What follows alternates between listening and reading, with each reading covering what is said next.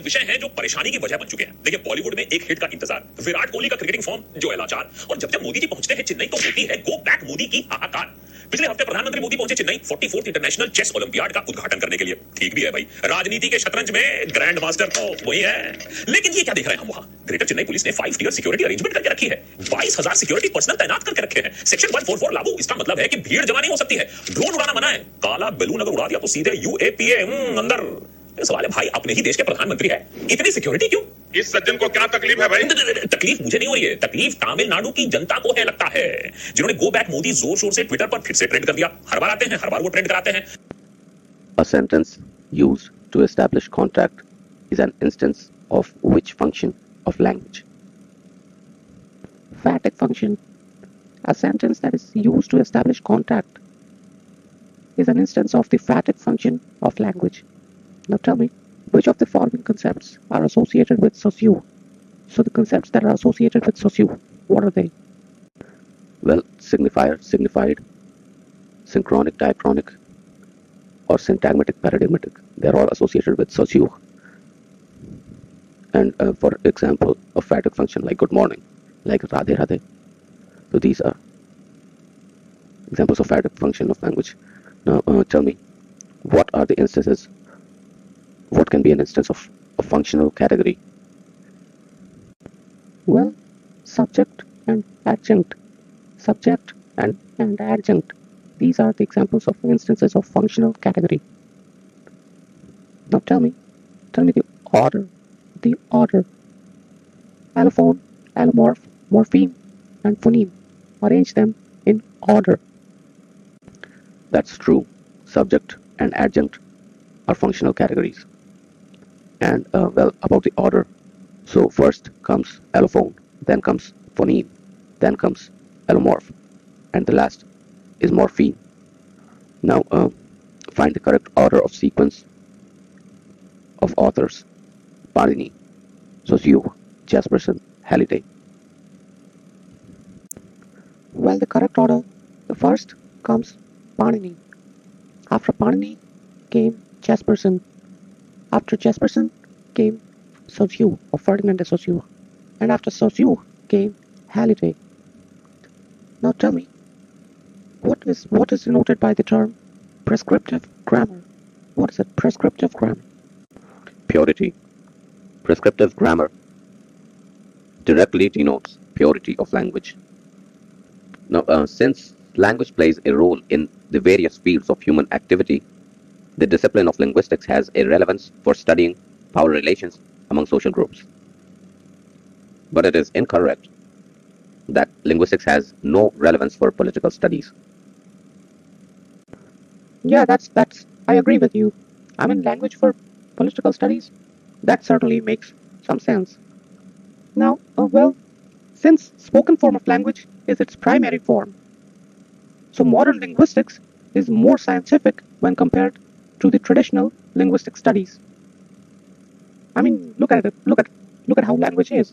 The primary form is indeed the spoken form, and so modern linguistics is certainly more scientific. And well, traditional linguistics, it paid more attention to the written form of language rather than the spoken form, like philology and stuff. All right. Now, yeah, that's true about traditional and modern linguistics, certainly. Now, tell me, what is the position of the glottis and the arytenoids in the production of voiceless sounds? Production of glottis and arytenoids in voiceless sound? Well, glottis is open, certainly. Glottis, that is the vaginal-like shape, is open in the production of voiceless sounds. And arytenoids, well, arytenoids are kept apart. Arytenoids are like, the edge of that vaginal structure. So it's more like an oval-shaped structure, right? So the arytenoids are kept apart. The glottis is open, wide open. Now let's talk about the chest pulse. Chest pulse. So, yes, what is chest pulse? What is it related to? What does it directly have an effect on? Chest pulse. Chest pulse उसी से related होता है. Chest pulse is related to the syllable. और बाद फिर जो है कि in the articulation of ये बताओ कि in the articulation of laterals, the central part of the tongue is in contact and there is close approximation. का मतलब कि जब laterals produce होते हैं, laterals तो सेंट्रल पार्ट जो है कि टंग का सेंट्रल पार्ट वो कांटेक्ट में रहता है और क्लोज अप्रॉक्सीमेशन होता है। तो क्या ये सही है गलत है? No, that's not correct. That is incorrect. It is incorrect to say that. Well, to say that in the articulation of the laterals, the central part of the tongue is in contact and there is close approximation. तो ये कहना गलत है कि laterals के articulation में क्या होता है कि central part जो है contact में होता है और close approximation होता है. So that's not a valid statement. Now tell me if this assertion is correct or is it incorrect. So in the articulation of R sounds, R as in Roshan. So in the articulation of these sounds, the sides of the tongue are in contact and there is open approximation. Well, that's correct. So R sounds के articulation में the sides of the tongue are in contact and there is open approximation. So that's a correct statement.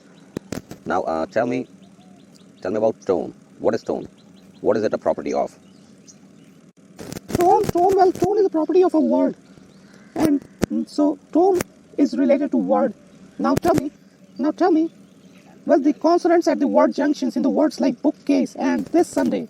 So the consonants in the word junction of the word bookcase and this Sunday, what is it known as? They are bookcase, this Sunday. These are the examples of double consonants. Now tell me, so semi-vowels are related to vowels. Semi-vowels जो होते हैं, they are related to vowels in the same way as nasals are related to syllabic nasals. So semi-vowel is related to vowel in the same way as nasals and liquids are related to syllabic nasal and liquid. ठीक है, ठीक उसी तरह से related है semi-vowel vowel से, जैसे कि syllabic nasal nasal syllabic nasal से related है. तो इसमें difference lies in which value? So a difference lies in the value for which feature? Semi-vowel is related to vowel in the same way as nasal and glid is related to syllabic nasal and syllabic glid. ठीक है, तो इसमें जो difference है, it lies in the feature of syllabic, क्योंकि obviously semi-vowel और vowel के बीच में कोई बहुत ज़्यादा वो फर्क नहीं आ रहा है, लेकिन nasal और syllabic nasal के बीच में बहुत बड़ा फर्क है. syllabic nasal, ठीक है ना, तो इतना बड़ा जो गैप, syllabic nasal का मतलब एक particular कोई भी मतलब nasal sound, और syllabic nasal का मतलब कि the one that includes the feature of a syllabic being. So yes, that's the difference lies in the feature of a syllabic. Now tell me the process of segment deletion in the initial position of the word. Deletion in the initial position. Deletion in the initial position इसका मतलब paresis, क्योंकि deletion from the medial position is syncope and deletion from the final position is apocope, right? So apheresis, syncope and apocope. Apheresis में जैसे होता है knife, ठीक है, और मतलब apheresis में जैसे knife होता है, इसके बाद फिर syncope में ये समझ लो कि अस्पात्री जो है, इसके बाद apocope में ये समझ लो कि जो एपोल है, ठीक है. सिलेबल में जो ऑनसेट और कोडा होता है, तो उसका सिलेबल में क्या मतलब, ये ऑब्लिगेटरी होता है कि ऑप्शनल होता है? ऑब्लिगेटरी होता है या ऑप्शनल होता है ऑनसेट और कोडा? ऑनसेट और कोडा जो है कि they are optional for a syllable, और जो न्यूक्लियस होता है, न्यूक्लियस है वो ऑब्लिगेटरी होता है, मतलब कि वो होना ही चाहिए nucleus. Now tell me what is clitic. Clitic क्या होता है? क्लेटिक का मतलब कि clitic is an optionally bound morpheme. It is an optionally bound morpheme. Its use का मतलब कि ये जैसे बाउंड मॉर्फिम भी है लेकिन ऑप्शनली या बाउंड मॉर्फिम है. उसके बाद it is highly predictable for its meaning. The clitic is highly predictable, more predictable than affix. इसके बाद फिर it has its full form elsewhere in the language. अगर फुल फॉर्म कहीं और होला लैंग्वेज में, ये बात सही है. जैसे कि डजंट में डज नॉट, ये वाला फुल फॉर्म. तो जैसे कि ई डजंट भी एक क्लिटिक का फॉर्म है. के बाद फिर इट कैन अकर बिफोर और after the word. E before माने वर्ड के बिफोर भी, वर्ड के पहले भी आ सकेला लेकिन वर्ड के बाद भी आ सकेला. ठीक है, जस्ट लाइक एन एफिक्स. तो ये है क्लिटिक. सर्कमफिक्स का मतलब कि सर्कमफिक्स का मतलब क्या होला? सर्कमफिक्स, व्हाट इज सर्कमफिक्स? सर्कमफिक्स का मतलब ये होगा कि जैसे कि two or more affixes are added simultaneously to the existing word. Simultaneously मतलब एक के बाद एक. तो ये वाला circumfix में affixes are added simultaneously to the existing word. ये बताओ कि zero morpheme क्या होला? What is zero morpheme? Zero morpheme का मतलब कि it has meaning but no form. Empty morpheme का मतलब it has form but no meaning. D या जीरो मॉर्फीम। अभी ये था कि if a language has grammatical gender, ठीक है, अगर कोनो लैंग्वेज में ग्रामेटिकल जेंडर होला तो what does it imply, what are the implications if a language has a grammatical gender? So if a language has a grammatical gender, it implies that it will have specific gender for every object. मतलब कि हर एक object का दिन एक specific gender हो। दूसरी चीज़ की the grammatical gender can be decoded from the verb agreement. इसका मतलब कि वर्ब के साथ जो अग्रीमेंट है सब्जेक्ट का या ऑब्जेक्ट का, उसे डिकोड कर जा सकेगा। इसके बाद फिर language users will immediately assign a specific gender for a newly formed और अ न्यूली क्रिएटेड वर्ड। इसका मतलब कि language users they will immediately assign a specific gender for a newly formed or created word. ठीक है, जैसे कि it will have no natural gender, that this is an incorrect statement because it will indeed. ये बताओ कि कौने theory में, Chomsky के कौने थियरी में डोमिनेंस और प्रेसिडेंस के इनकॉर्पोरेट कर गला, माने डोमिनेंस और प्रेसिडेंस के कौने थियरी में लिया गला है? ये बताओ कि कौने थियरी में, चॉम्स्की के कौने थियरी में डोमिनेंस और प्रेसिडेंस के इनकॉर्पोरेट कर गला, माने डोमिनेंस और प्रेसिडेंस के कौने थियरी में लिया गला है? डोमिनेंस और प्रेसिडेंस के जो कि it was brought in the X bar theory program of the generativist grammar. Dominance and precedence was incorporated in the X bar theory. अब ये बताओ कि जो चॉम्स्की के कौने मॉडल में मिनिमलिस्ट प्रोग्राम के लिए और कर रहा है? चॉम्स्की के कौने मॉडल में मिनिमलिस्ट प्रोग्राम के लिए और कर रहा है? 1995 model. 1995 model was the model in which Chomsky called this model as minimalist program. Now tell me, what is this term that is used in the linguistic theory to represent the evaluation of levels of success in the writing of grammar? So the term in the linguistic theory जो कि represent करता है किसको? It represents the evaluation of levels of success in writing of grammar. मतलब कि it represents, ये क्या represent करता है? Levels को represent करता है कि मतलब कितना सक्सेस है राइटिंग में, किस चीज़ की राइटिंग में, तो ग्रामर की राइटिंग में। तो ये कौन सा, मतलब कौन सा टर्म है? Adequacy. Adequacy is the term that is used in the linguistic theory to represent the evaluation of levels of success in the writing of grammar. So that's adequacy. Now, tell me, which grammatical model of Chomsky incorporates case grammar and traditional grammar? Case grammar और traditional grammar को कौन सा Chomsky का model incorporate करता है? Case grammar और traditional grammar को? Government and binding theory. Government and binding theory जो कुछ चॉम्स्की का है, that is the one which incorporates case grammar and traditional grammar. Now tell me, the concept of diglossia, who gave it? Charles Ferguson. Charles Ferguson was the one who gave the concept of diglossia. Diglossia, that is the high and low varieties of a language. Now tell me, in which theory the participants in an action are referred to as arguments? Theta theory. उसको theta theory कहते हैं, in which the participant of an action is referred to as argument. So that's theta theory. Now tell me, when is a signal referred to be a communicative signal? So a signal is communicative if it does something. So what is it that a communicative signal does? Well, a signal is communicative if it is intended by the sender to make the receiver aware of something of which he has not been previously aware. इसका मतलब कि एक signal communicative तब होगा जब वो उसका मतलब सेंडर का इंटेंशन ये है कि वो रिसीवर को किसी ऐसी चीज़ के बारे में अवेयर करे जिसके बारे में वो पहले नहीं जानता था. So that is a communicative signal. Now tell me if this statement is correct or incorrect. So a generic sentence is a sentence in which some statement is made about a whole unrestricted class of individuals as opposed to any particular individual. So a generic sentence तब होगा जब कोई statement बनाया जा रहा है किसी whole unrestricted class के बारे में as opposed to individual. But that's a true statement. It is certainly true. A generic sentence is indeed a sentence in which some statement is made about the whole class, the unrestricted whole class, as opposed to any particular individual. That's correct. Now tell me, well, the whole is a mammal. So this sentence, the whole is a mammal, this is a generic sentence. Is it or is it not? Yes, that's true. It is correct to say that the whole is a mammal. This is a generic sentence. Now tell me if this statement is correct or incorrect. So a proposition is an act of proposing something.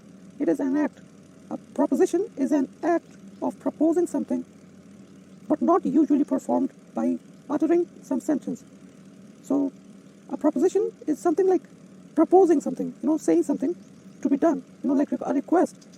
But it is not usually something performed that is performed by uttering some sentence. So, is it correct or incorrect? Well, that's not true. The statement that a proposition is an act of proposing something, it is an act of proposing something, but it is not usually performed by uttering some sentence, because there has to be a sentence in order to make a proposition. So that's an incorrect sentence, incorrect statement. Now, tell me if this is correct. So, a proposition is the abstract meaning of a declarative sentence when that sentence is used to make an assertion, as in to say that a proposition, एक proposition है जो वो है, it is the abstract meaning, abstract है, इसका meaning, ये किसी चीज़ का जो बोला जा रहा है उसका एक abstract meaning है, of a declarative sentence, एक declarative sentence का meaning जो है वो abstract है, when that sentence is used to make an assertion. That's true, actually, because it is certainly, like a proposition is certainly the abstract meaning of the declarative sentence. So a declarative sentence is made. Now, if it is a proposition, it has an abstract meaning for certain. So a declarative sentence is made to make an assertion. Now, that declarative sentence has some abstract meaning, and which is indicated by a proposition. So that is a correct statement. Now tell me, now semantics in the 1965 model of Chomsky, what is it known as? Semantics in the 1965 model of Chomsky. Interpretive semantics. Semantics in the 1965 model of Chomsky is called interpretive semantics. Chomsky का 1965 model, उसमें semantics क्या है? वो interpretive semantics है. Now tell me if this assertion is correct or incorrect. So, reduplication and echo formation are two characteristics that are associated with South Asian languages. In the sense कि reduplication, ठीक है, and echo formation, these are the two characteristics. ये दो गुण होते हैं. किसके गुण हैं? That are associated with South Asian languages. तो मतलब ये South Asian languages के दो गुण हैं, reduplication and echo formation. Is it true? Yes, certainly. Reduplication and echo formation, ये दो characteristics हैं, ये दो गुण हैं South Asian languages के, reduplication and echo formation. Now tell me if this assertion is correct. So a reduplicated expression, it may impart meaning entirely different from its non-reduplicated counterpart. So in the sense कि एक reduplicated expression है, ठीक है, it will or it may give a meaning which is entirely different from its non-reduplicated counterpart. As in, for example, chalu and chalu. So it can give, like reduplicated expression can give a meaning which is entirely different from its non-reduplicated. Well, yes, that is entirely correct. A reduplicated expression can certainly impart meaning which is entirely different from its non-reduplicated counterpart. जो reduplicated expression है उसका meaning it can be entirely different from its non-reduplicated, मतलब कि उसके non-reduplicated counterpart से बिल्कुल अलग हो सकता है. ये बता कि verb medial languages such as English and French have prepositions that occur to the left of the noun. ये बता कि क्या ये सही है? Well, that's true. The verb medial languages like English and French have prepositions. Verb medial, these are verb medial languages. I think to say that they are SVO word order languages. And it is correct to say that prepositions here occur to the left of the noun. For example, on the table. So on comes to the left of the noun table. Now tell me, well, a statement. All verb final South Asian languages rather, they have postpositions that follow the noun. So they come after the noun. Is it true? Indeed, that's very true.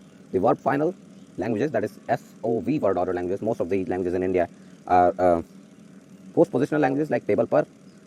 ठीक है, तो par जो है, that is a postposition because it comes after the noun. So most of the South Asian languages that have postpositions, they follow the noun. That's very true. Now tell me about West Tibeto-Burman language, like Dakshini Tibeto-Burman भाषा कौन सी हैं? West Tibeto-Burman languages. Bodish और Himalayan subgroups. So Bodish और Himalayan subgroup हैं, they belong to West Tibeto-Burman. दक्षिणी तिब्बतो-बर्मन में मतलब बोडिश होता है और हिमालयन सबग्रुप के जो लैंग्वेजेस हैं वो होते हैं. अब ये बताओ कि Mon Khmer and Munda are two principal groups of which language family?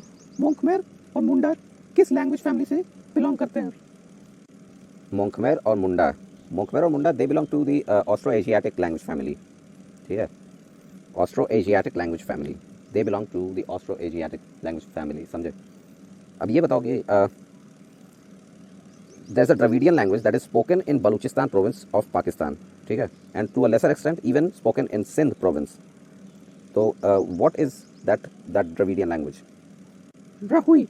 Brahui is that language which is spoken in, that Dravidian language that is spoken in the Balochistan province of Pakistan, and also spoken to a lesser extent in Sindh province of Pakistan. So that's Brahui.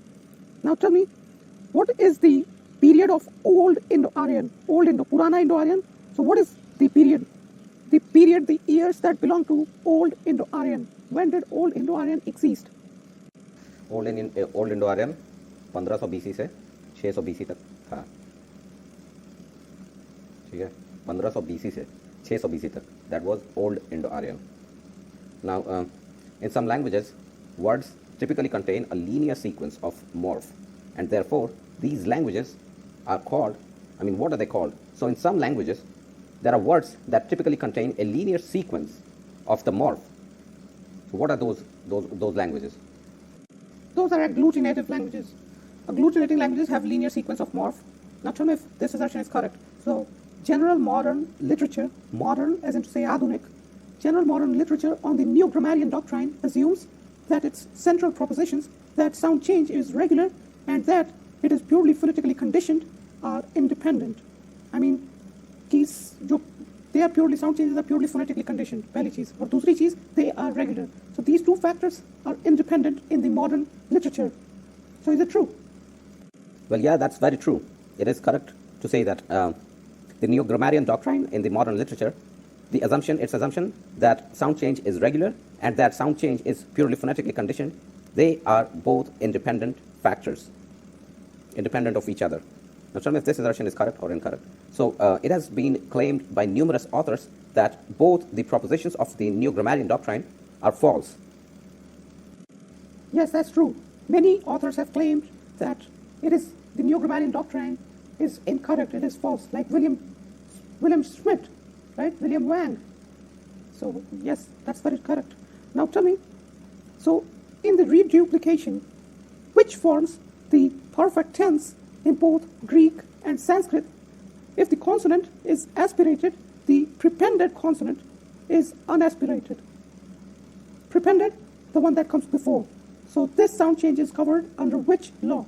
So as in to say that if in the perfect tense, both, right? So both of the... That's the Grassmann's law. Babhuva becomes babhuva. So if both of the syllables are aspirated, in that case, the prepended syllable, that is to say the syllable that comes first, right? So there are two syllables in sequential order, and the first gets unaspirated. So that's a case of Grassmann's law. Babhuva becomes babhuva. Now, tell me, so the rearranging of sounds or syllables in a word or of words in a sentence is called what? That's metathesis. Rearranging of the sounds or syllables, like ask becomes ax, right? So that's metathesis. Now tell me, who was this pioneer scholar of social stratification of English? He studied the social stratification of English. Who was it? William Labov. It was William Labov who studied the social stratification. Now tell me, who is associated with communicative competence, as in to say that who propounded the term communicative competence? It was Delhims. Delhims is associated with the communicative competence. Now, in traditional dialectology, the fieldwork methodology of data collection, who is involved? So, the deliberate selection of which kind of people is done for, like data collection, the norm. Non-mobile, older people, and rural people. They are immobile, non-mobile, they do not move. They are older people and are rural people. Majorly preferred are monolinguals. Now tell me, so the substitution of a semantically inappropriate word, usually by a phonetically similar one, what is it known as? So substituting a semantically inappropriate word altogether, as in to say, finger can be said to be filter. So these are my fingers, and someone says, these are my filters mistakenly. So what is this kind of mistake called? What can it be called, known as? That's malapropism. Malapropism. Substitution of the semantically inappropriate word altogether by a phonetically similar one. So that's malapropism. That's not spoonerism, remember. And what is spoonerism? What is it? Well, spoonerism का मतलब हो गया कि spoonerism, interchanging of sounds of two subsequent or whatever, they come next to each other. So interchanging of the sounds of those two words into one another. Like the conquering kings have arrived, and someone mistakenly says, the kinkering kongs have arrived. So that's spoonerism. And malapropism relates to substitution of a phonetically similar word which is semantically inappropriate altogether. Now tell me, connectionism is a mental processing that is inspired by the physical connections among brain cells. What is it known as? Connectionism. It's a mental processing that is inspired by physical connection. So that's parallel distributed processing. Connectionism, that is to say, the mental processing is inspired by physical connections among the brain cells. So the physical connections among the brain cells, the cell that is in the brain, it has a physical connection, right? So that is connectionism. And it is called, this kind of connection is known as parallel distributed processing. Now tell me if this assertion is correct or incorrect. So the styles associated with particular activities are called registers. The style of language that is associated with a particular activity, it is known as a register. Is it true? Yeah, that's entirely correct. The style of language that is associated with a particular activity, ठीक है? कोई एक particular job है, कोई एक particular activity है, उसमें कुछ ऐसे words होते हैं, कुछ ऐसा style होता है, which is, तो इसको it is referred to be a register of this work, this job, whatever. Now, tell me if the statement is correct. So, various occupations, area of study, sports, and recreational pursuits have their own jargon. Is it true? Yeah, that's entirely correct. That's what I was saying. That's what registers are. So various occupations, areas of study, sports, and recreational pursuits have their own jargon. As in, remember that one thing. Remember when we went to Tali and there was a pani napne ka machine. Someone from IIT Kharagpur or something. So they were saying, next, chalo next, whatever. So that kind of language use is referred to as a register. Now tell me, what is diagraph? The term diagraph, what is it? Diagraph का मतलब हो गया कि a pair of letters representing a phoneme. तो कोई phoneme है, ठीक है? अब कोई ऐसा letter है, ठीक है? समझे? So कोई ऐसा letter है जो कि उस phoneme को represent कर रहा है, उसको कहा जाता है diagraph, उस letter को, समझे? Now autism, क्या तुम बता सकते हो कि autism क्या होता है? Autism. हाँ, क्यों नहीं बता सकते हो? Autism एक spectrum disorder है, सही बात है ना? Autism एक spectrum disorder है. अब ये बता सकते हो कि ये ग्रामेटिज्म में क्या होता है? मतलब ये ग्रामेटिज्म की वजह से क्या हो सकता है स्पीच को? मान लो किसी को ये ग्रामेटिज्म या ब्रोकास अफेजिया हो गया तो उसके स्पीच में क्या बदलाव आएगा? बता सकते हो? हाँ, क्यों नहीं? उसका टेलीग्राफिक स्पीच हो जाता है, उसका मैं क्यों नहीं बता सकता हूँ? क्या समझती हो? हल्के में ले रही हो क्या? हल्का में ले रही? टेलीग्राफिक स्पीच हो जाला. टेलीग्राफिक स्पीच का माने deletion of content words. I'm sorry, deletion of the grammatical words. कितना मजा आता चूतिया बनाई. आफत ना है. टेलीग्राफिक स्पीच का मतलब ये है कि ग्रामेटिकल वर्ड्स जो ना कि डिलीट हो जाला. समझ ले? ये बताओ कि टेल मी स्पेशल ग्रुप. मान ले कि कौन ऐसा लैंग्वेज का स्टाइल है जो उनकी which can refer to special group. Register. Register अभी बताइए थोड़ी देर पहले ना. रजिस्टर का माने कि एक स्पेशल ग्रुप के बिलोंग करेला. The style of a special group और अ स्पेशल ऑक्यूपेशन और an area of study, sports. So that's a register. Now, idea. Tell me, what can represent an idea? Which form of writing can represent an idea? Logograph, logographic writing. Logographic writing like the one that is that the Chinese have, the Japanese have. Abugida, alpha syllabary.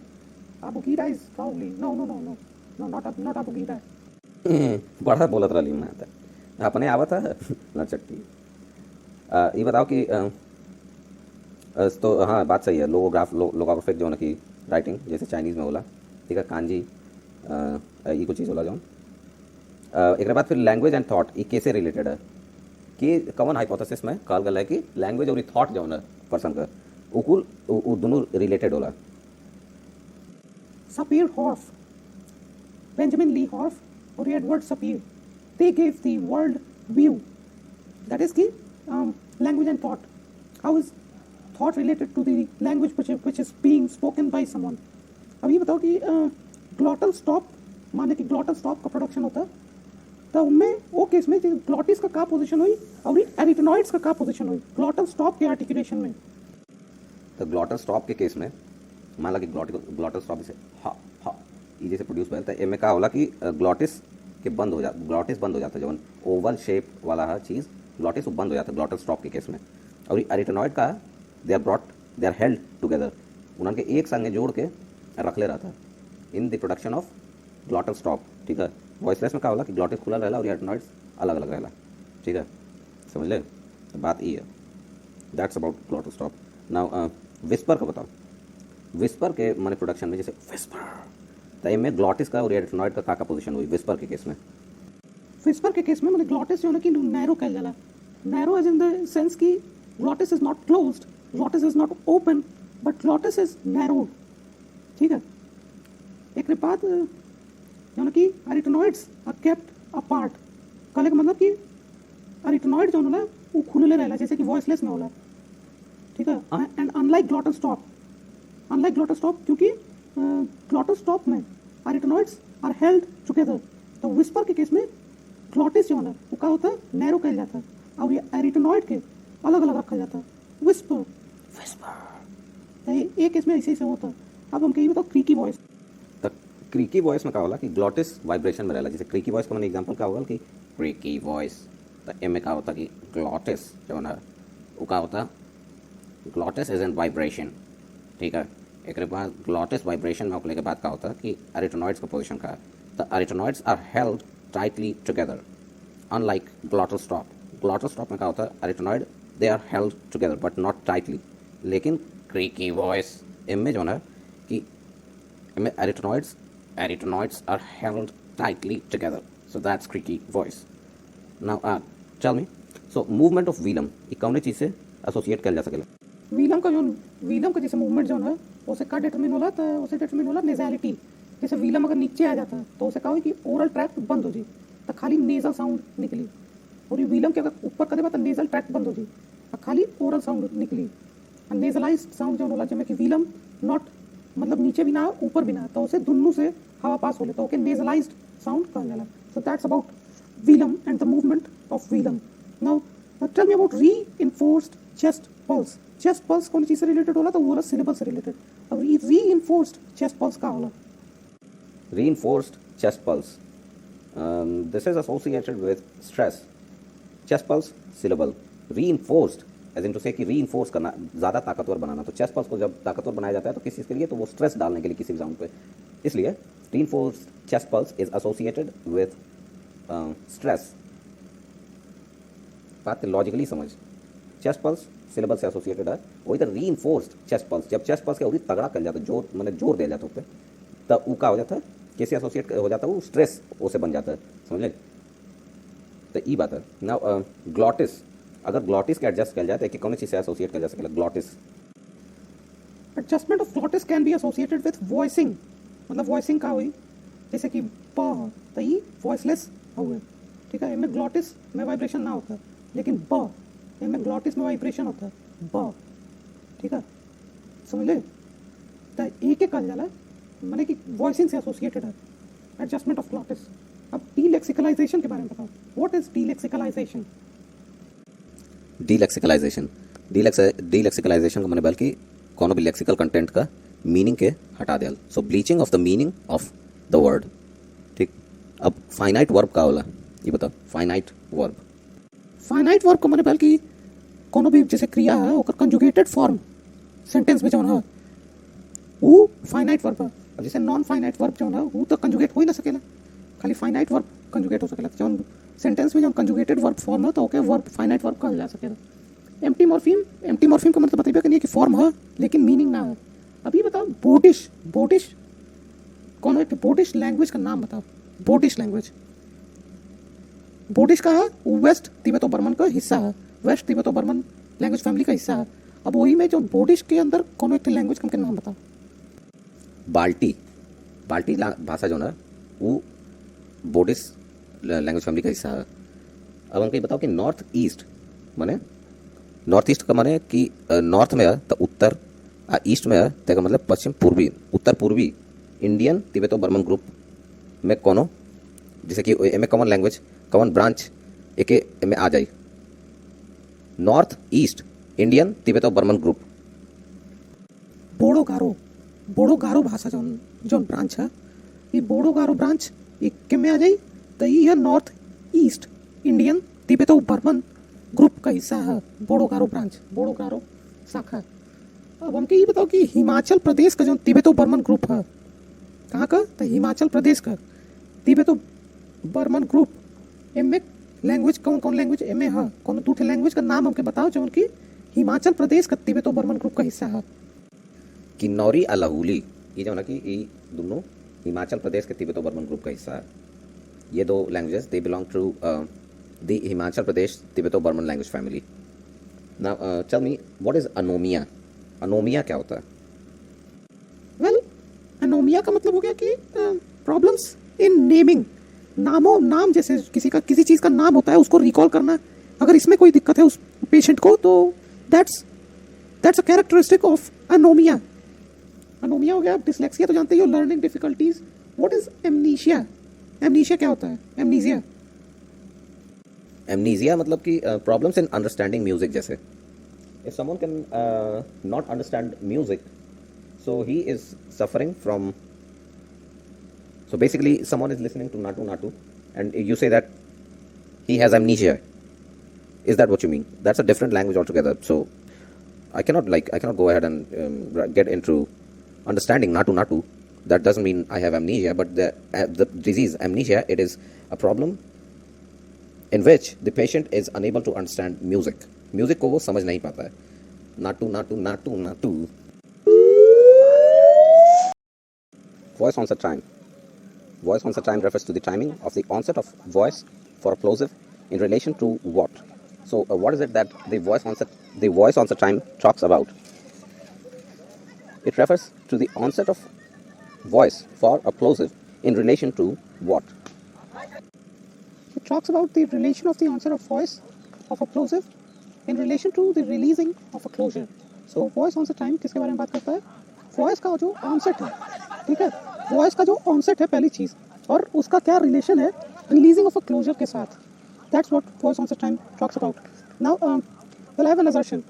Opposition और contrast, it refers to any paradigmatic relation between units that are distinct in a given language. So opposition या contrast क्या होता है कि it talks about any paradigmatic relation between units. The opposition और contrast refers to the paradigmatic relation distinct in a given language. Yes, that's true. Oppositional contrast, it does refer to the paradigmatic relation between units that are distinct in a given language. That is true. Tell me if this statement is correct. So, rather elaborate me. What is neutralization? What is it? Well, neutralization, it refers to the suppression of an opposition between phonemes. So there are phonemes that are in opposition. Right? So there's a certain context, a certain situation when it happens to be the case that these phonemes that are in one position, the opposition between these two phonemes is lost.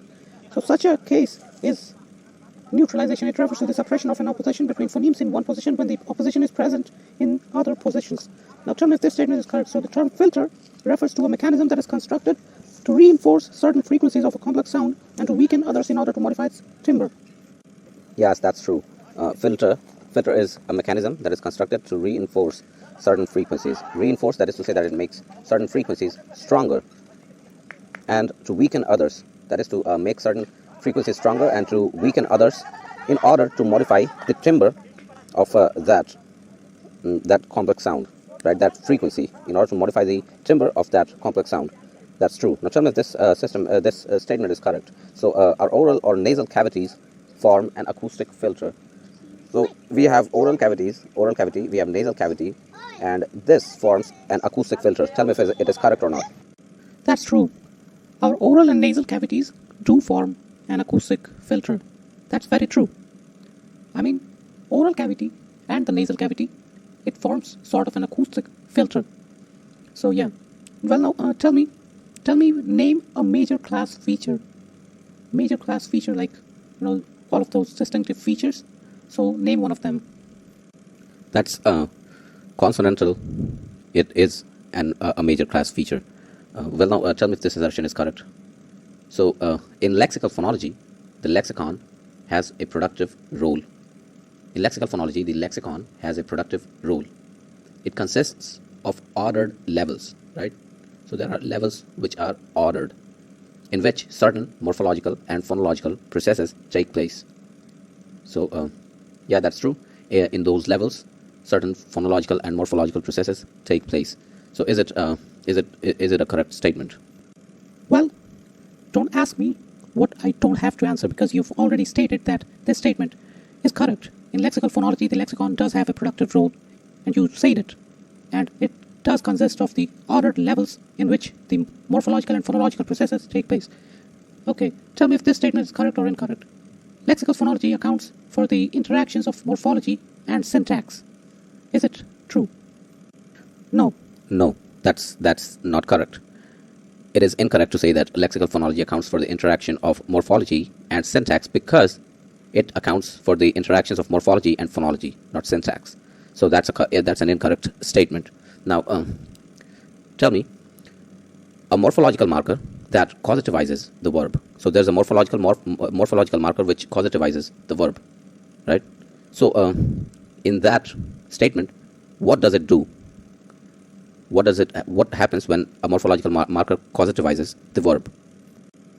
Well, it increases the number of arguments of the verb, or in the other words, it increases the number of actants of the verb. If a morphological marker causativizes the verb is being causativized. If that happens, then it will increase the number of actants or arguments of the verb.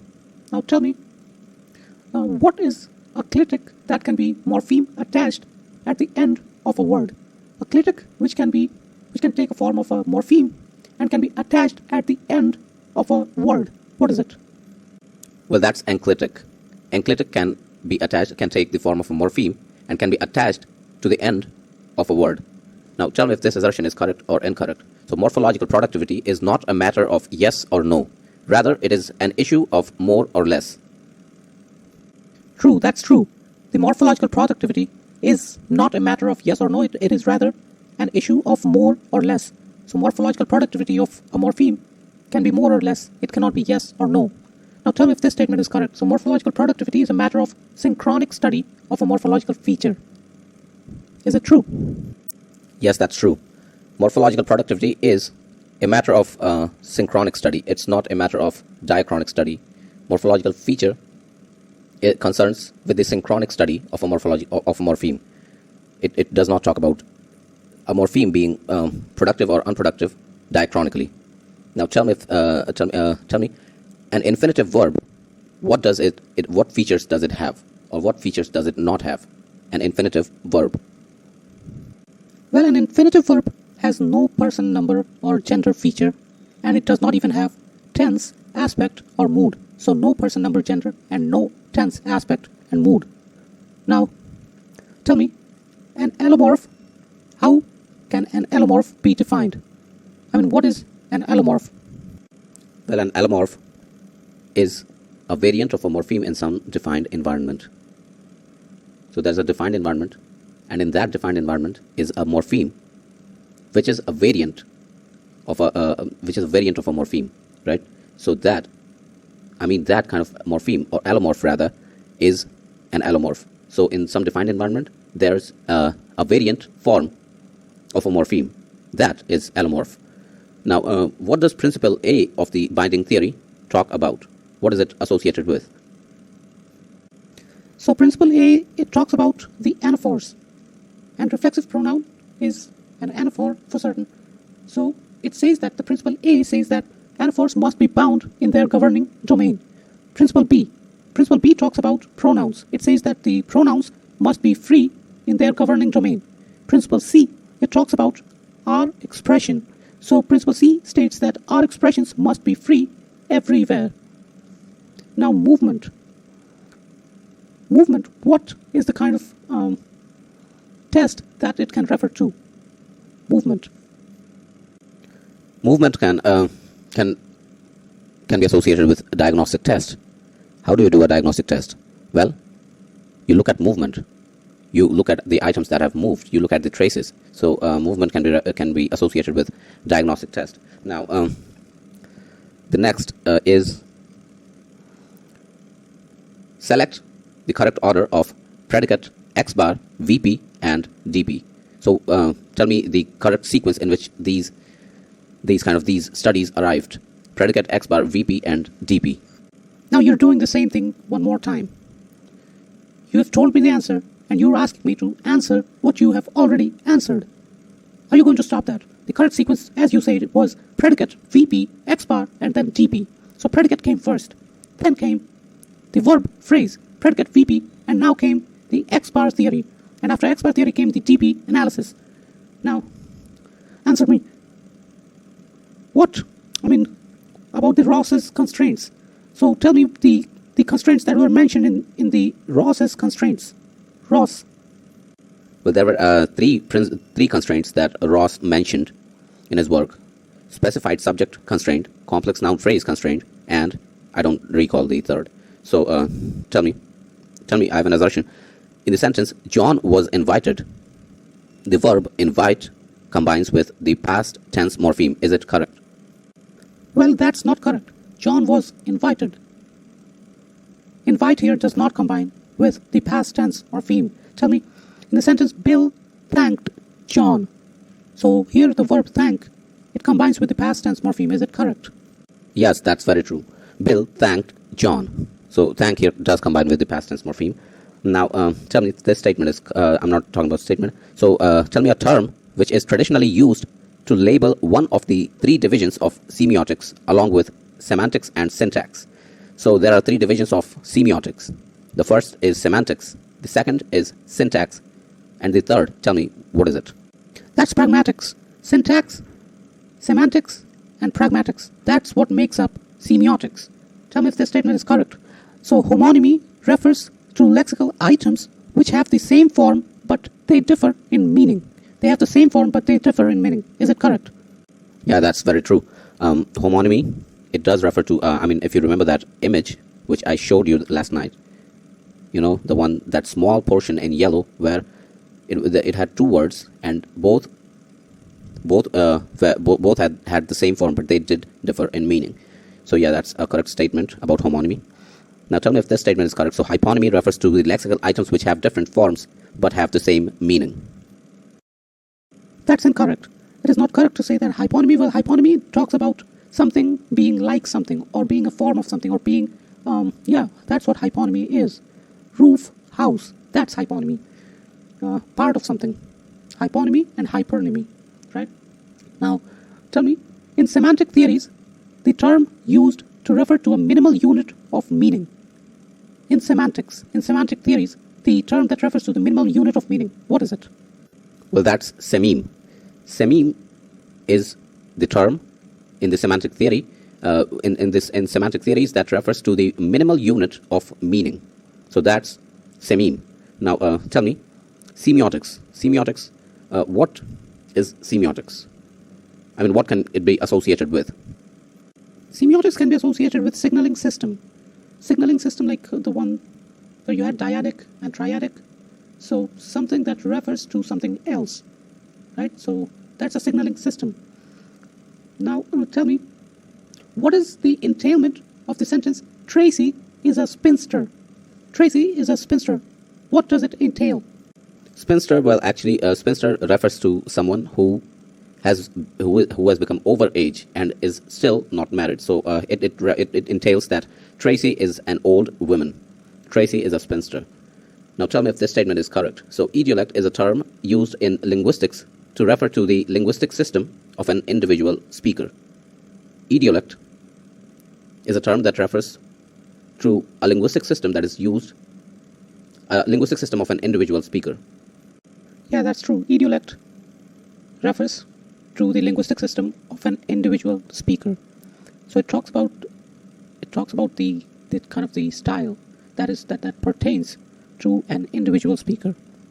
Now tell me, register refers to a variety of language that is defined according to its use in social situations. Is it true? Yes, that's very true. Register does refer to a variety of language that is defined according to its use in the social situations. So social situation like there can be a workplace, there can be like it basically talks about the occupational thing, the kind of the terms used in particular social situations.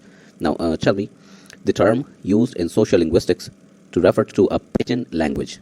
There's a term in social linguistics which refers to a pidgin language, which has become the mother tongue of a speech community. So a pidgin language which has become the mother tongue of a speech community. What is that term which refers to this phenomena? Creole. Creole. That's Creole. The term used in social linguistics to refer to a pidgin language which has become the mother tongue of a speech community. That's Creole. Now, so internal reconstruction, glottochronology, mass comparison, and lexicostatistics, arrange them in the chronological order in which they happen. The first is mass comparison, and then happens internal reconstruction. After internal reconstruction is done, glottochronology is the process that is performed. After a glottochronology has been carried out, we go for lexicostatistics. So mass comparison, internal reconstruction, glottochronology, and then lexicostatistics. Now tell me, a method that is designed to investigate the relationship between languages in order to determine approximate dates for proto-language is, what is it? So a method that investigates the kind of relationship between languages to determine approximate dates. Approximate dates of the proto-language. Well, that's phylogenetic. That is the method. Phylogenetic investigates the relationship of the languages to determine the approximate dates for the proto-language. Phylogenetic. Now tell me if this assertion is correct. So the first comparative linguistic analysis of Sanskrit, Greek, Persian, and the Germanic languages was done by Franz Bopp in the year 1816. Tell me if it is correct or not. Well, yeah, that's true. The first comparative linguistic analysis of Sanskrit, Greek, Persian, and Germanic languages was done by Franz Bopp. The first time the comparative linguistic analysis was done by Franz Bopp in the year 1816. Now, tell me if this statement is correct. Jacob Grimm was the first person to explain the sound shift. Is it correct? Well, partly. I would say Jacob Grimm was the one that formulated this kind of linguistic comparison into a law. It was earlier done by Rasmus Christian Rest, a similar kind of work, but it was Jacob Grimm who finalized it and principalized it. So, yeah, that's true. Jacob Grimm was the first person to explain the sound shift. Now, tell me, Sprachbund. What is Sprachbund? What is it also known as? Sprachbund. It is, I don't recall. It is speech community, yes. Sprachbund refers to a speech community. Now tell me, dialect, register, medium, and field, what do these terms belong to? Dialect, register, medium, field. They belong to language varieties. These are language varieties. Dialect, register, medium, and field. These are language varieties. Now tell me, well, speakers can deliberately switch to another code in order to force a new perception of the situation on the other participants. So speakers, what can they do? Well, they can deliberately switch to another code, to another language, in order to force a new perception of the situation on the other participants.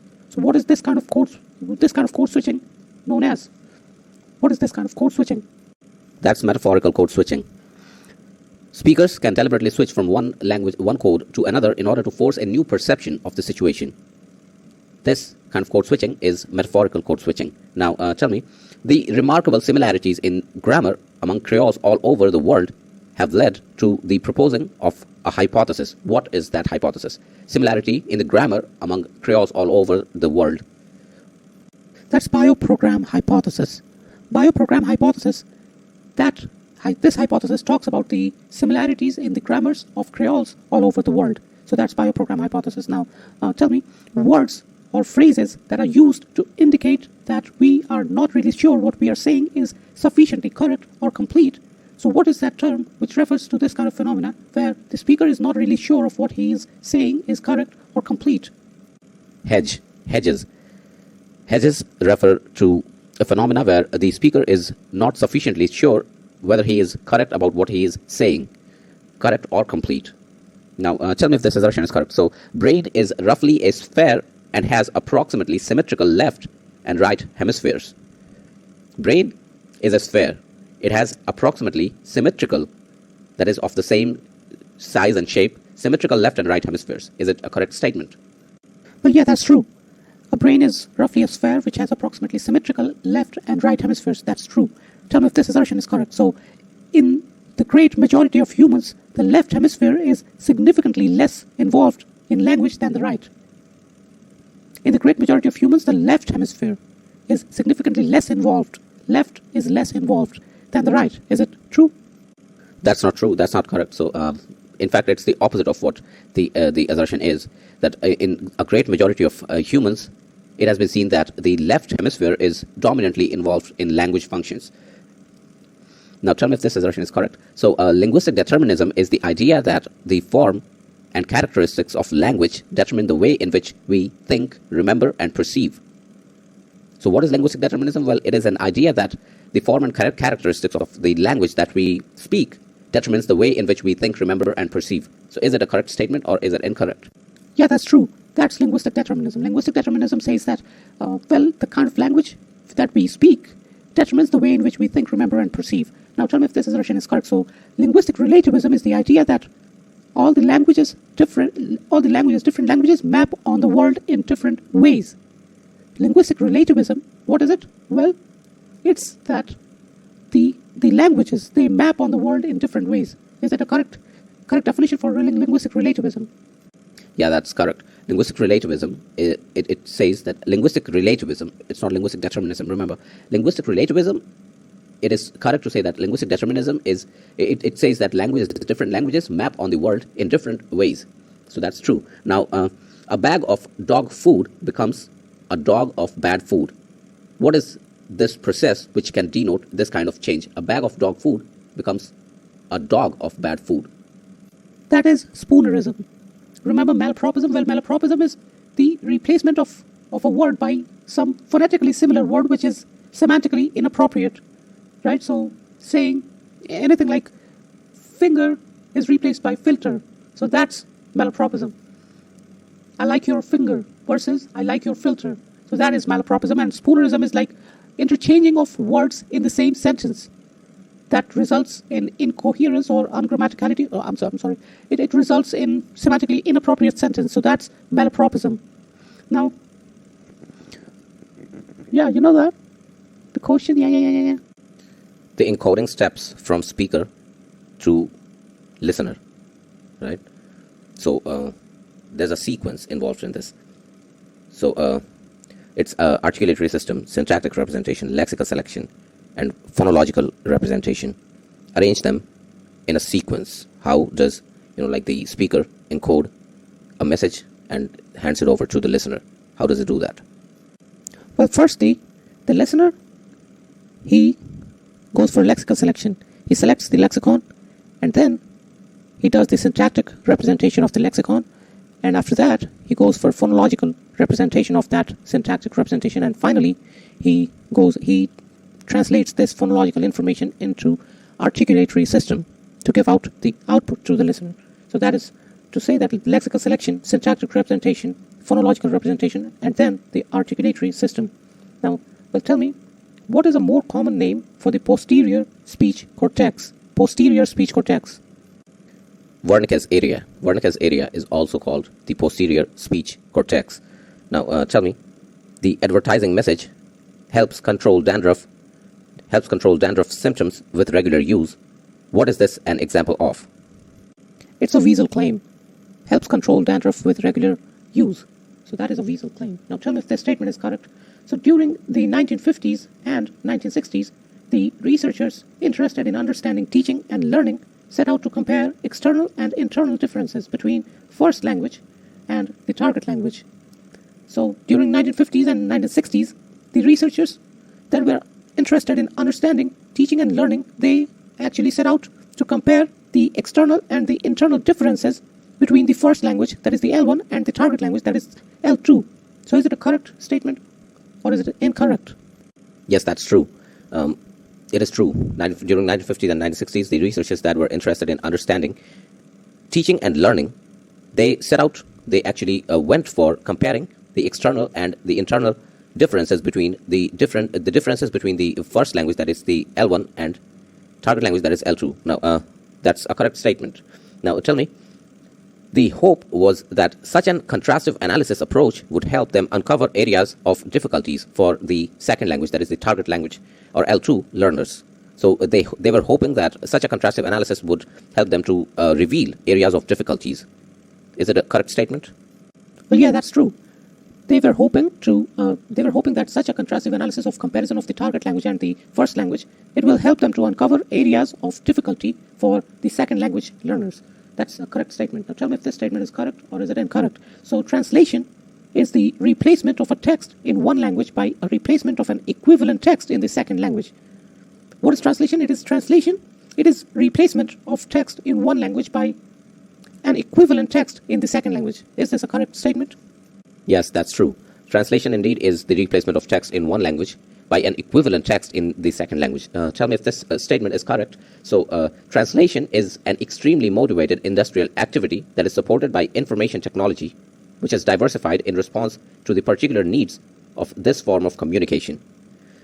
Translation is an extremely motivated industrial activity that is supported by IT, that is information technology, and which is diversified in response to the particular needs of this form of communication. Is it correct?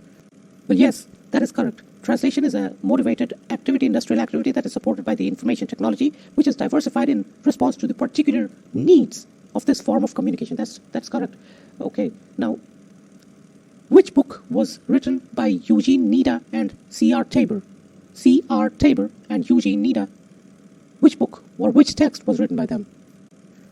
They published the work, The Theory and Practice of Translation. Theory as in something that is learned, that is majorly a theoretical base, not a calculable base, but it has facts. So that is theory. So the theory and practice of translation. That's the work published by C.R. Tabor and Eugene Nida. Okay. Now, tell me about literacy, right? So literacy as in what are included in literacy? What is an illiterate person? What is functional literacy? Tell me about these things. Mass literacy. An individual who lacks reading and writing skills in his community, typical of his community, is an illiterate person. So an illiterate person lacks reading and writing skills.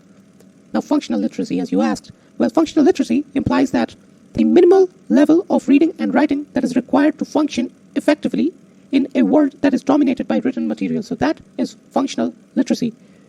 The minimal level of reading and writing that is required to function effectively, right? So that's functional literacy. And mass literacy, well, it is largely a modern time phenomena. Mass literacy as in everyone should be educated or is educated. And well, it is incorrect to say that. What is incorrect? What is incorrect to say? You were saying something. Why did you stop? What I was saying is that it is incorrect to say that an illiterate person cannot live long. That's an incorrect statement. Well, tell me about non-contiguous Indo-Aryan languages. What are non-contiguous Indo-Aryan languages? Tell me the names of 4 such languages that are Indo-Aryan languages but are non-contiguous. Contiguous, as you know, contiguous means to be in actual physical connection. Like joined with something or attached by something. They share something in common physically. That is contiguous. So tell me non-contiguous Indo-Aryan languages.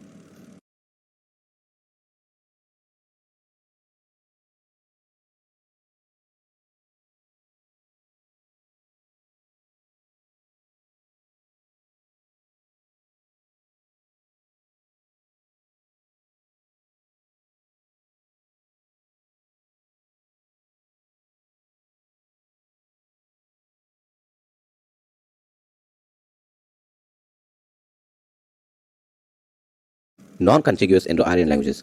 that Dakhini, Saurashtri, Sinhalese, and Divehi, right? Saurashtri, which is spoken in Saurashtra in Gujarat, yeah, Saurashtra University, and Divehi, Dakhini, and Sinhalese. These are non-contiguous Indo-Aryan languages. That's correct. Okay, now tell me, subject in other than nominative case in various languages may also be known as. So basically what I'm asking is that subject is in the nominative case in general. So there are other cases also in which the subject is present. So what are those other cases other than the nominative case in which the subject may be present? Well, subject can be a nominative case, and apart from nominative case, it can be a dative case subject, it can be a non-nominative case subject, and it can also be an ergative case subject. Dative, non-nominative, and ergative case subject. It cannot be syntactic case subject. That's completely stupid if you know even a little bit of linguistics. Now, tell me if this assertion is correct or incorrect. So, the subject of the intransitive verb and the direct object of the transitive verb are in the same case form in languages with ergative absolutive system of case. Yeah, that's true. The subject of the intransitive verb and the direct object of the transitive verb are in the same case in languages that have ergative absolutive system of case. Subject of the intransitive and direct object of the transitive, they are in the same case. Now tell me if this statement is correct or incorrect. So languages with ergative absolutive system of case may have object-verb agreement. So languages that have ergative absolutive case system, they can have object and verb agreement. Verb agrees with the object in the ergative absolutive system of case. Is it a correct statement? Well, yes, that's correct. Ergative absolutive system of case, languages which have this case system, ergative absolutive case system, they can have object verb agreement. So that is to say that the verb agrees with the object. Now tell me, if a language places the verb at the end of a sentence, that is to say that if a language is a verb final language, it may have the correlational values. So tell me what correlational values can it have if it is a verb final language? Well, if it is a verb final language, it can have correlational values of noun plus postposition, right? And it can have main verb plus auxiliary, right? And after main verb plus auxiliary, it can also have verb plus negative. So noun plus postposition, main verb plus auxiliary, verb plus negative, and the last, it can also have standard of comparison plus comparative adjective. Standard of comparison plus comparative adjective. So these are the 4 correlational values that a verb final language might have. Okay, that is correct. Main verb plus auxiliary, verb plus negative, and noun plus postposition, and standard of comparison plus comparative adjective. Correct. Well, tell me who is associated. Tell me a name that is a person that is associated with or who propounded the head and dependent marking. Who propounded head and dependent marking? Who is associated with it? Head and dependent marking. Veneman. Veneman is associated with head and dependent marking. Okay, now tell me, what is calque? Calque. Calque refers to words that are borrowed from another language by literal translation. Literal translation like Kala Bazar, black market, calque. What is also an other term that refers to calque or which means calque? Or these terms can be used interchangeably. What is that term? Well, it's loan translation. Calque is loan translation, in other words. Now, tell me, so a theory of translation that is based on a comparison of the structure of the source language. So it's a theory of translation which is based on the comparison of the structure of the source language and the target language rather than comparing the literary genres and the stylistic features. So this is a kind of a translation which is based on the comparison of the structure and not the comparison of the literary genres and the stylistic features. What is this theory of translation called? That's linguistic theory. Linguistic theory of translation is based on the comparison of the structure of the source and target language rather than comparing the literary genres or comparing the stylistic features for that matter. So that's linguistic theory of translation. Now tell me, what involves inclusion of meaning. Inclusion, that is to say that what includes a meaning. Well, that's hyponymy. Hyponymy is kind of the relation between two words where inclusion of meaning is involved. So hyponymy and hypernymy. Okay, now tell me if this assertion is correct or incorrect. So Urdu dictionaries are reverse dictionaries. Is it correct? Well, no, it's not correct. Urdu dictionaries are not reverse dictionaries. Reverse dictionaries are actually the ones where, a word starts from the last letter. That is a reverse dictionary. So, yes, in reverse dictionaries, the order starts from the place of the last letter. That is a reverse dictionary. Tell me, what is glossary? What is included in a glossary? Well, a glossary, it includes the technical terms that are mentioned in a text or a book. So that's glossary. It includes the technical terms. Now tell me, what is POS tagging, part of speech tagging? How would you define it? What is POS tagging used for in computational linguistics? POS tagging, well, it is used for breaking sequential information into parts. So you have POS tagging, part of speech tagging. You have a sentence. You have sequential information in that sentence. POS tagging helps you to break that information into sequential parts, the first thing.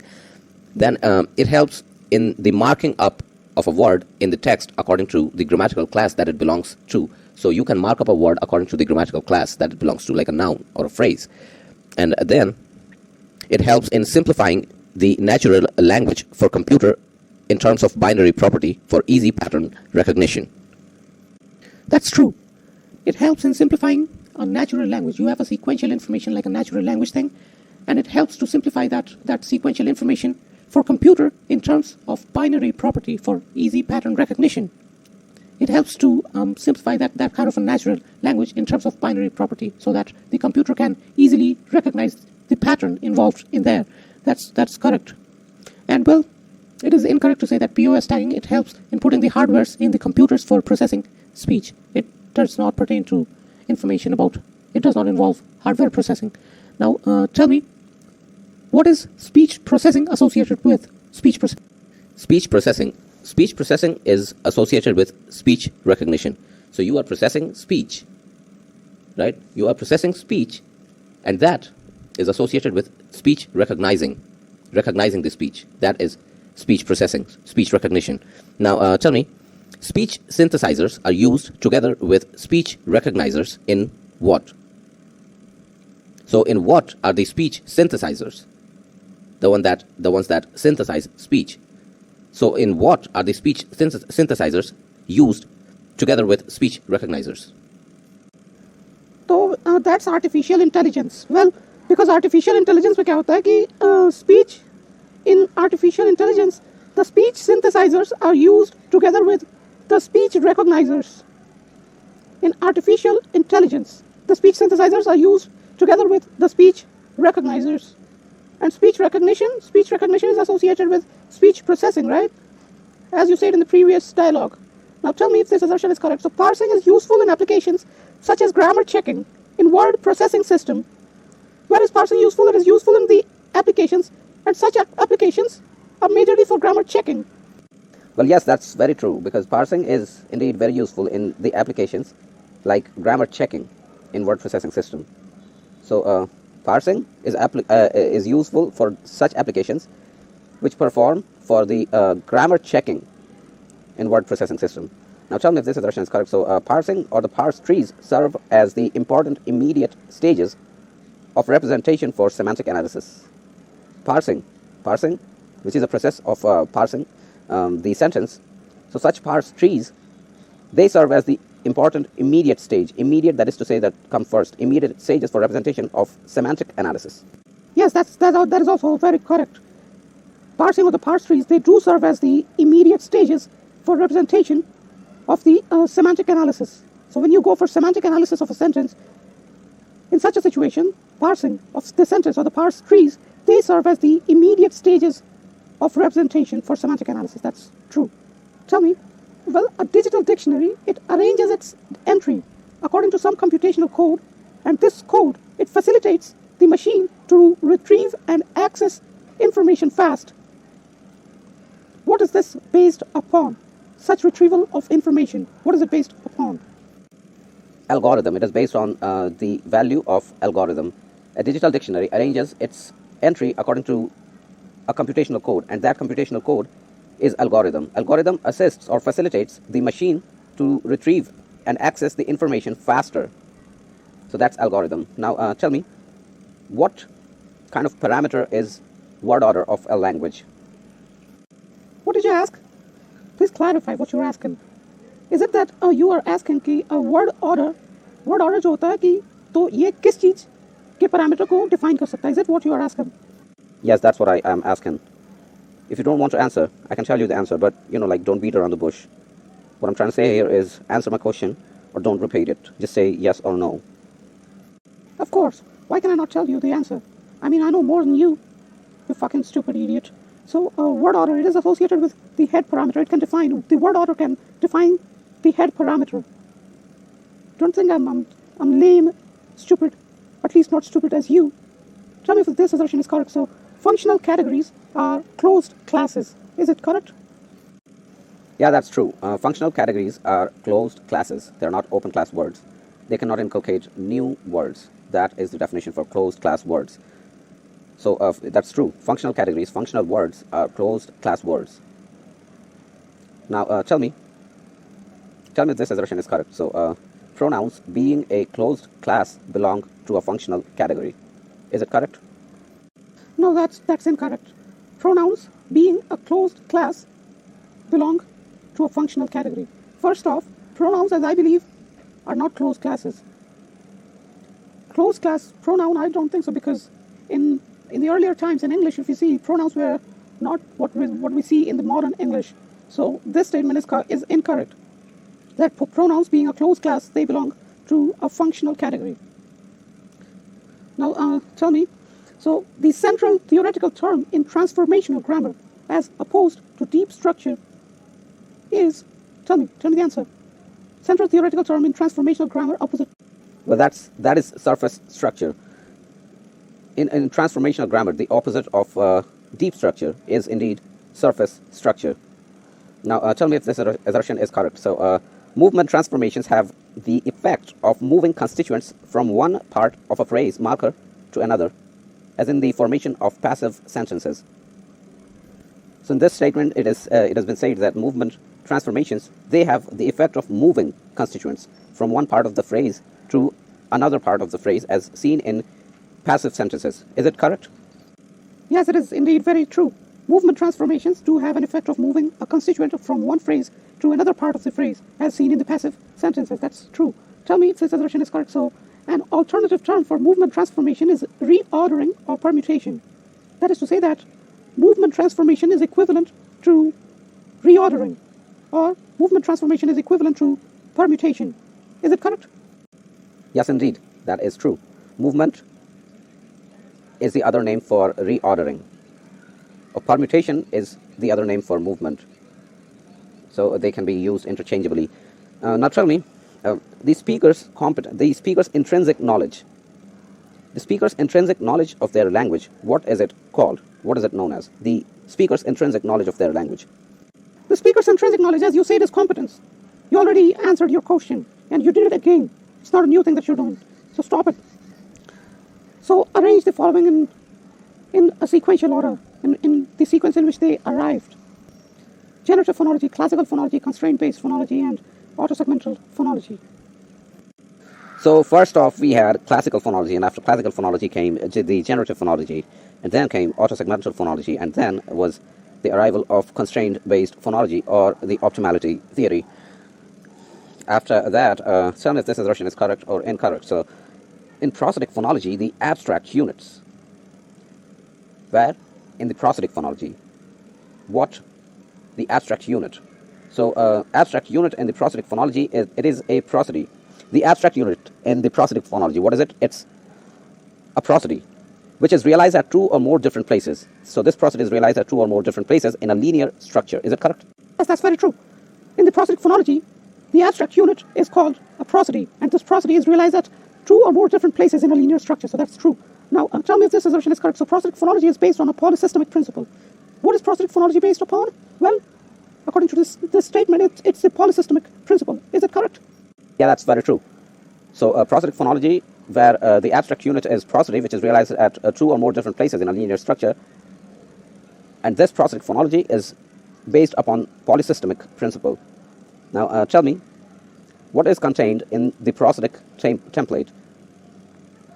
There's a prosodic template which contains something. What is it that is contained in the prosodic template? Well, it is the maximal syllable that is contained within the prosodic template. So that's the maximal syllable. Now, tell me if this assertion is correct. So all languages have a set of constraints which produce the basic phonological and grammatical patterns of a particular language. Is it correct? Yes, that's very true. All languages have a set of constraints that produces the basic phonological and the grammatical patterns of that language. That's true. Now, tell me if this assertion is correct or incorrect. So, differences between languages lie in the relative importance that is given to particular constraints. So, how do languages differ? Well, they differ according to the relative importance that is given to the particular constraints. Is it correct? Yes, that is correct. Differences in the languages, those differences are based upon the relative importance that is given to the particular constraints. That's very, very true. As you saw in the example of Japanese, right? So how would a Japanese pronounce the word venom? Venom, venom, something like that. So yes, that's very true. And to say that actual utterances do not violate these constraints is an incorrect statement, and so is the statement that the constraints are not mentioned in the description of a particular language, but because they are indeed mentioned in the description, the constraints are mentioned in the description of that particular language. That's very correct. All right, now tell me if this assertion is correct or incorrect. So, autosegmental phonology, it allows the phonological processes like vowel harmony and tone to influence more than one vowel or consonant at a time. So what autosegmental phonology does is that it allows the phonological processes, certain phonological processes. What are those phonological processes? Well, these phonological processes are named vowel harmony and tone. So it allows such phonological processes like vowel harmony and tone to influence more than one vowel or consonant at a time. Is it correct? That's very true. In autosegmental phonology, it does allow the phonological processes like vowel harmony and tone to influence more than one vowel or consonant at a time. That's very true. But tell me if this assertion is correct or incorrect. So in such an analysis where certain phonological processes affect more than one vowel or consonant at a time, so in such an analysis, tone is a property of the whole word. Is it correct? Yes, that's very true. In such an analysis where you have a phonological processes like vowel harmony and tone influencing more than one vowel or consonant at a time, and so in such an analysis, the tone is a property of the whole word, not a particular sound. It's a property of the whole word. Now, tell me if this assertion is correct or incorrect. So, there's a tendency for unwarranted generalizations of individual research findings from some women to all women. There's a tendency for unwarranted generalizations. So, such generalizations that are unwarranted in an individual research finding from some women to all women. Is it correct? Yes, that's correct.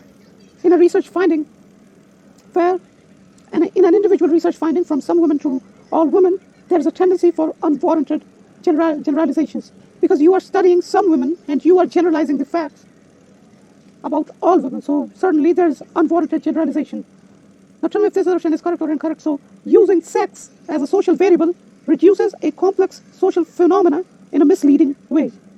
This statement says that if you're using sex as a social variable as in, studying whole of the society using one variable, which is sex. So this leads.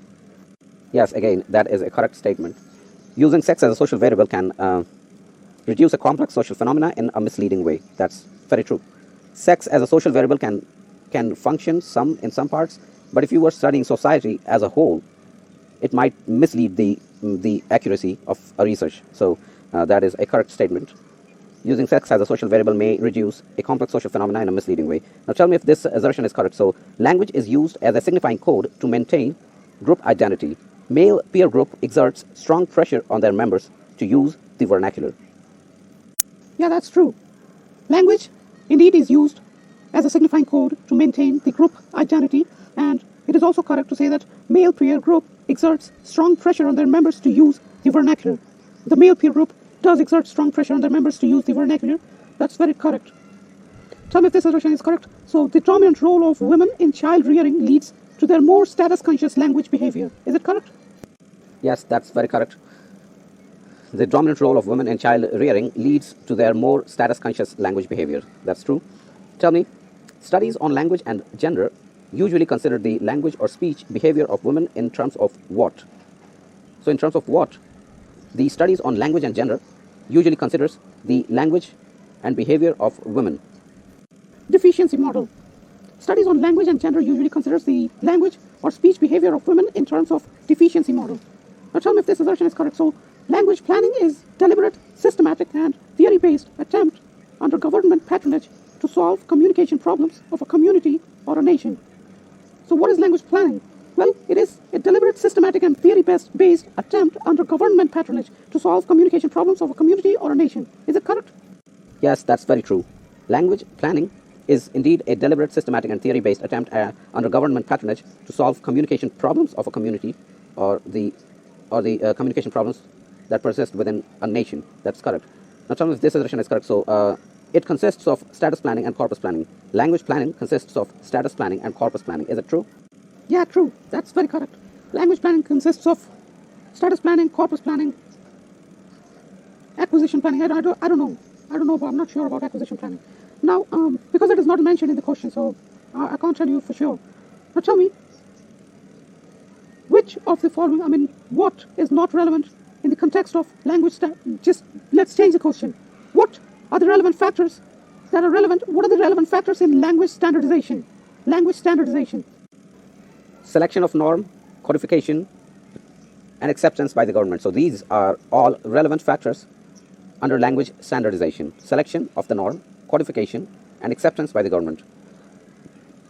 Now tell me, a processing error in which one word or phrase is heard as another, as in hearing great ape when the utterance was great ape.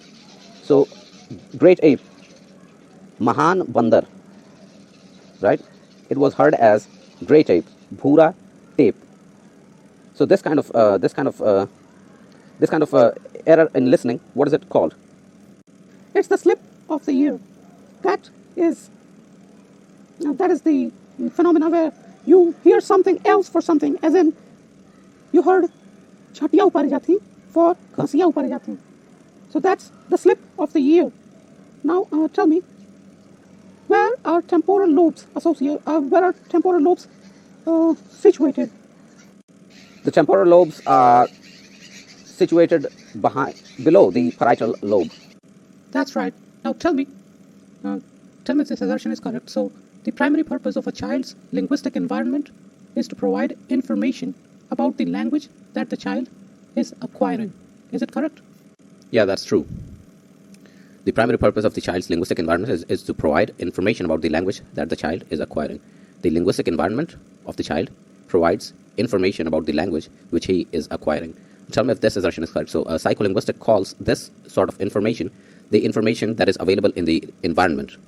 So psycholinguistics calls this kind of environment as positive evidence. Is it true? Yes, that's correct. Psycholinguistics calls this kind of environment, this kind of information from the linguistic environment as positive evidence.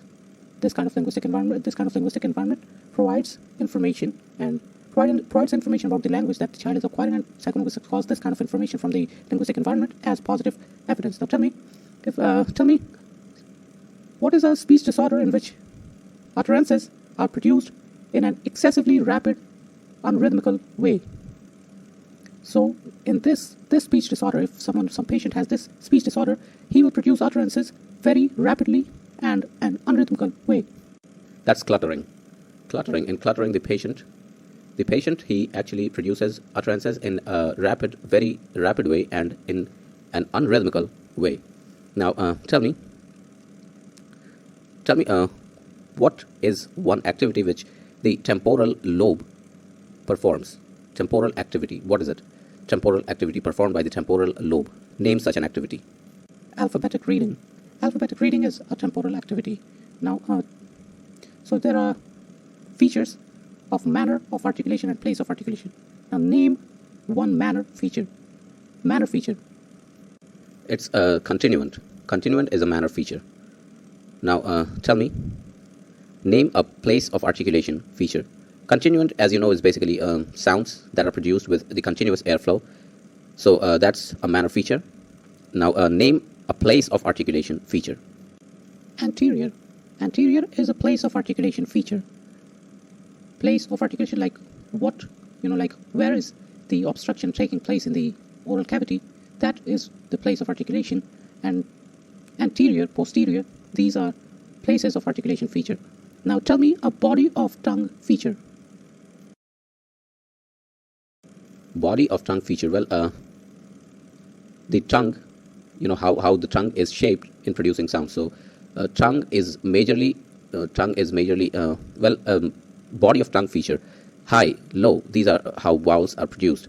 So that's what the tongue can do. So body of tongue feature is high. Now tell me a morpheme that has the same phonetic shape but has different semantic functions. A morpheme which has same phonetic shape to that of another morpheme but has different semantic functions. That's a homophonous morpheme. Homophonous morpheme, they sound alike, but they have different semantic functions. They have the same phonetic shape, but they have different semantic functions. That's homophonous morpheme. Now tell me a compound word or a phrase which has no head. What is it? What is such a compound known as? An exocentric compound. Exocentric compound, yeah. Now tell me what determines the grammatical category and the meaning of the phrase and compound. Head of the phrase or the compound. That's what determines the semantic meaning of the phrase or the compound. Tell me, what is a functional category? Functional category is to say the one which is not a lexical category. So something that is a functional category, what can be classified as a functional category? Subject. Subject can be classified as a functional category. Now, name an ergative language. Hindi. Hindi is an ergative language. Now tell me, what is stress associated with? Stress. Stress is associated with focus. The focus is, like where someone stresses, that is the focus of what someone is trying to say. So stress reveals focus. Well, tell me, syntagmatic, paradigmatic, these are associated with Ferdinand SOSU, right? Now, homonyms. What are homonyms? Homonyms have the same form, but they have different meaning. Those are homonyms. We're not talking about homophone. We're not talking about. We're talking about homonym. So they sound alike. They have the same phonetic shape, but they have different meanings. That is how homonym can be defined. Now, tell me, what are synonyms? Synonyms? Well, synonym is a sense relation between lexical items. Synonym is like two words that have approximately the same meaning. So it talks about the sense relation between lexical items, different lexical items. Now, tell me, what was the work of Basil Hatim and J. Monday? The theory and practice of translation, that it relates to C.R. Tabor and Eugene Nida. Now, tell me the work of Basil Hatim and J. Monday. What was it? Well, it was translation and advanced resource book. Translation and advanced resource book. So, an advanced resource book, advanced, not intermediate, not the one that is at the basic level, but advanced. An advanced resource book about translation. That's what was authored by Basil Hatim and J. Monday. Now tell me, what was the work of Peter Newmark? Peter Newmark? Well, Peter Newmark, he authored the work named About Translation. So Peter Newmark talks about translation in his work About Translation. That was the work of Peter Newmark. Now, tell me, what was the work authored by Susan Bassnett and Andre Lefebvre?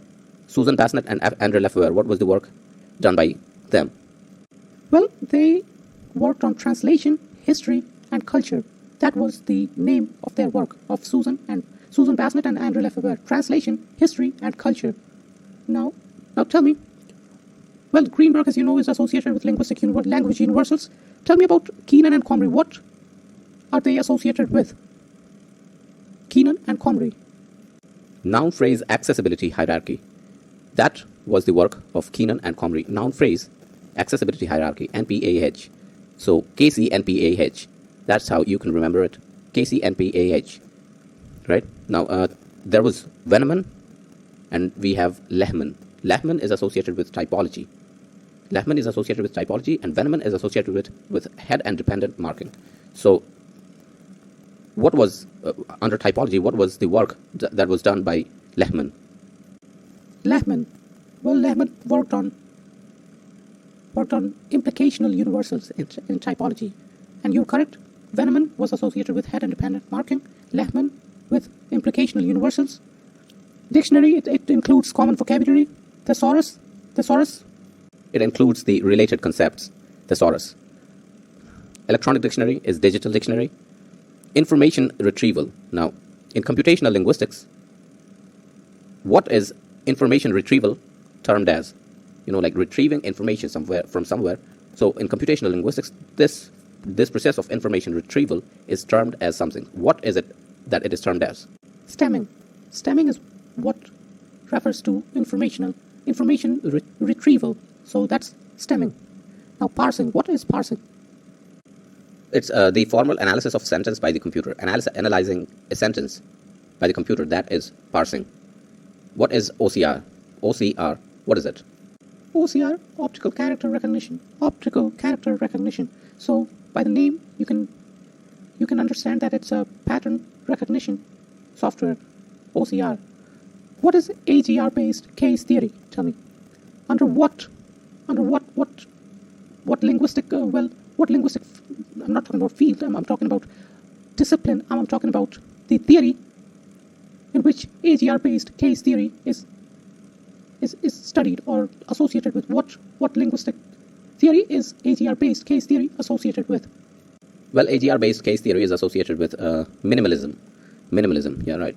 So AGR-based case theory, Chomsky did not abolish the AGR-based case theory. Now, what is logical form? Under which theory of syntax is logical form inculcated? Government and binding. Logical form, that is the LF. And by the way, LF is not logical function. It is logical form. And it has been inculcated in the government and binding theory. Tell me, case. How can case be reflected, or what is case associated with? How can someone get to know about case? Well, case can be reflected in the inflection on the noun. So, yeah, case is associated with inflection. The parietal lobe, occipital lobe, frontal lobe, you know where they are, right? Frontal lobe in the front part, parietal lobe above the temporal lobe below the parietal lobe, and occipital is the backmost part of the brain. Now, name a holistic activity. Logographic reading. That's a holistic activity. Logographic, like reading Japanese, Chinese. So that's a holistic activity. You remember this TikTok video that you saw yesterday in one of those phones, in Baba's Hata? There was some army, you know, like a serviceman, and he was trapped somewhere, so he had cut the grasses in the shape of some logographic alphabet in Chinese, and that's how the ones that were flying over and looking for this lost serviceman, they found him by reading that logographic alphabet. So that's holistic activity. And that serviceman, look at that funny guy. He was acting like he had done some eighth wonder of the world. He had just cut down the grasses in a shape which looked like it was a logographic alphabet, and that's how the ones that were looking for this lost serviceman, they found him. And he was so proud. He was like saluting and stuff. It was funny. Now tell me, what is dichotic listening? Dichotic listening. Well, dichotic is some activity which is performed by using both of the parts of the brain, right? So, well, then dichotic listening can be associated with contralateral control of the brain, the feature of contralateral control. So dichotic listening can be associated with contralateral control, in other words. Now tell me, what can two halves of hemispheres can be associated? Two half of hemispheres. What can it be associated with? Two half of hemispheres, they can be associated with hemisphere dominance of a language. Hemisphere dominance of the brain. I don't know. What is this question talking about? Well, alright, fuck off.